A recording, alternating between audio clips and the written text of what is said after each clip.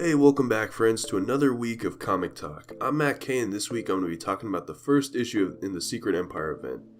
So, you guys can probably hear it, but I'm sick as a dog today, and I hope that doesn't ruin my explanation of the comic, especially because it's a good one.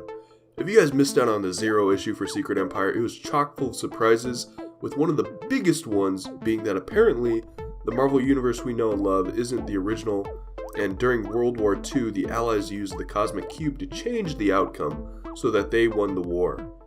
With this revelation comes the fact that Steve Rogers, Captain America himself, was always Hydra, and that he was only recently given his memories back. Whether this is all true, we'll have to wait and see. In addition to that, Cap finally comes out as Hydra and begins enacting his master plan by having the SHIELD activated, a giant planetary force field that's keeping Alpha Flight, Guardians of the Galaxy, and Captain Marvel out. Phase 2 of the plan is making sure the Dark Force Dimension covers the entirety of New York, taking out another large chunk of the heroes, and finally, Phase 3, the takeover of Washington, D.C. itself. Right off the first page, we see here that time has passed since the takeover, as this is not your typical American classroom.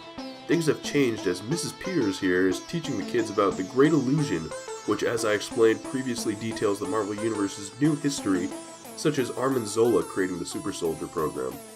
Additionally, we see that Inhumans like this guy, who has the awesome power of opening his mouth really wide, are now taken into custody if they do not register with the local observation committee. In the absence of the heroes, we see that an uprising appropriately named the Underground has been taking place, and it seems this group is mostly made up of former Champion members. We see them helping a new kid named Rayshon Lucas, who, thanks to Marvel's fantastic spoilers, eventually turns into the new Patriot. Captain America is also around, explaining how things work now in a Hydra-run world, to a massive monster stating that Hydra doesn't tolerate threats like this, and calls on the Avengers.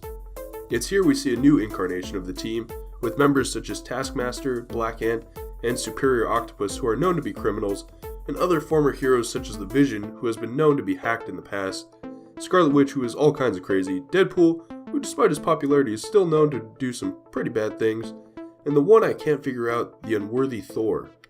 Again, with this page here, we see that more has changed, with Hydra dipping their tentacles in everything and anything, such as law enforcement, stock markets, job creation, global politics, and more. The Hydra High Council gets together to talk about their new world, discussing mind-altering chemicals in the water in the mutant republic of New Tien, with Shen Zorn sitting in the background. Hello there. The council isn't happy with this underground that has sprung up and wonder why Supreme Leader America isn't acting with the strength of Hydra, possibly signifying that Cap isn't fully Hydra. Speaking of the underground, we get to see their secret base in the Mount, a throwback to the 90s team The Pantheon that the Hulk was part of for a bit. It seems that Hawkeye is the leader of this movement, along with the Black Widow.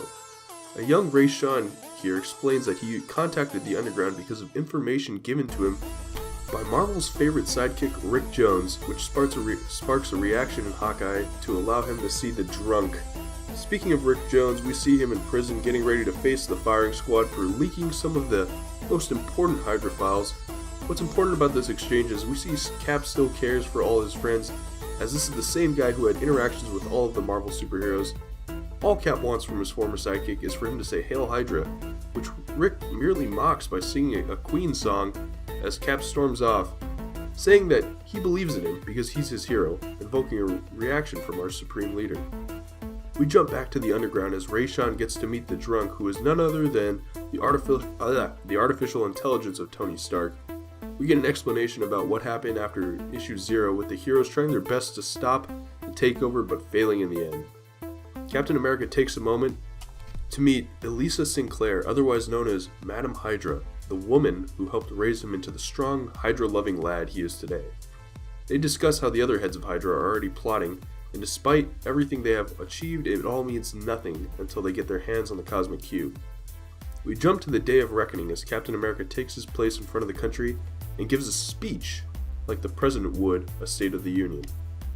Rick Jones is tied to a post, about to die, yells out Avengers Assemble one more time before getting shot by a firing squad. And in the end, we see Hydra helicarriers flying over Las Vegas, destroying the city of Sin. So, another fantastic issue. I'm glad Marvel jumped right into it instead of wasting almost the entire event for something to happen. We have some interesting developments as we find out exactly how the world has been changed, plus R.I.P. Rip Jones. I know he's not a huge character, but he's been around for over half a century and has been an essential part of so many different character stories that it's kind of sad to see him finally die, but by a firing squad no less. Now, one thing I want to address here is there's been a lot of controversy regarding this event, as I'm sure some of you have heard, but you gotta remember, guys, this is just a story. I mean, we've already seen the Marvel Legacy teaser. Cap is right there, right in the front, so everything works out. He's gonna go back to his American dream loving self, so just don't fret. It's just comics. It's just comics. I swear, though, this better not be another event where the Cosmic Cube is used to save the day in the end, because that would be a real shame. Anyways, it looks like next issue is going to be dealing with New York and the Defenders side of things, so stay tuned for that. In the meantime, like, comment, subscribe. Thanks for watching. Hopefully I'm better next time, and I'll see you guys next time.